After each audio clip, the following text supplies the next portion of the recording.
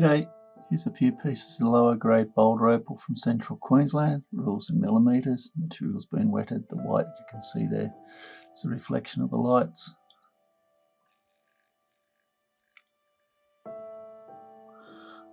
Just gone in a bit closer so you can get a better look at the pieces.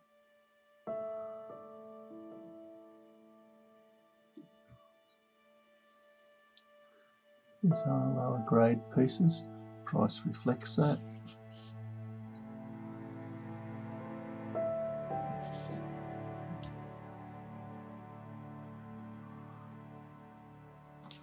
This last piece is a piece of Koroit with some nice colours going through it here. Make a nice pendant, that piece. Pin fire through most of it. Don't know how well that's coming up on the screen for you, but yes, you can see the little bits of green there. And this side there's a little bit more of a seam there. Anyway, hope you've enjoyed looking. Cheers.